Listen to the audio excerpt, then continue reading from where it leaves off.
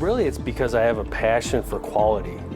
You know, at our firm here at Barnes Dennig, quality in our assurance practice is of the utmost importance, and it's something that we hold very sacred, and it's very important to us. So as the peer review population, or the peer reviewers, is sort of becoming an aging population, there's not as many peer reviewers doing this work. I found that's been something that's been extremely important to me in my practice, and something that I have a passion for. Not only I find I get a lot of value out of seeing what other firms do, I get a lot of value out of providing recommendations and practical ways for them to improve their practice. We like to take the approach that planning is extremely important when it comes to peer review. So we want to be an active part, not only as the peer reviewers, but part of the planning for the engagements, to get in front with our clients and talk to them about what proper planning needs to occur.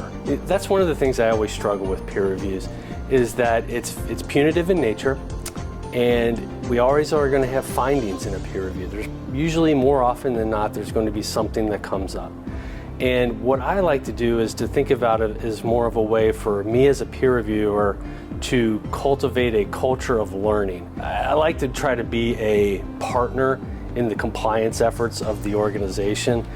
Now, while I can't be an integral part of that from an independence perspective, I can be an advisor. I can provide practical advice on how to better their quality control process. It's a continuing learning process where that I can share ideas with you, you can share ideas with me, but I want to be able to provide practical options as well too, whether that's checklists, spreadsheets, things of that nature, to help not only continually improve the processes that you have at your firm, but also to be a part of the process for you going forward. All of us are part of the AICPA as a whole, and what we bring to the business in the whole United States, in the world, and globally is a very important piece.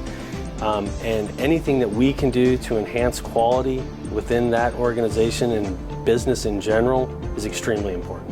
We're experts in this area, right?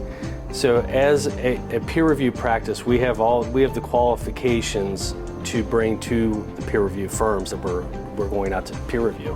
Not only do we belong to the Governmental Audit Quality Center, we belong to the Employee Benefit Plan Audit Quality Center, and we're also a part of the CPA, the Center for Plain English Accounting. So a lot of times when a peer review firm is looking for a peer reviewer, they have to assess, you know, does my peer reviewer have the qualifications? Here at Barnes Dennig, we have a team of professionals that go through a lot of training and qualification, attending the peer review conference on an annual basis to be able to bring that to the table. So we do a lot of peer reviews, so we see a lot of different ways that firms operate. So I think one of the practical approaches that we can do is bring all those best practices together. And also within the must-selects that are required in a peer review on employee benefit plans, governmental audits, SOC audits. We have the technology now that makes it very capable for us to do these peer reviews remotely. So, you know, that's not something that's a hindrance. You don't necessarily have to pick a firm that's local to your geography.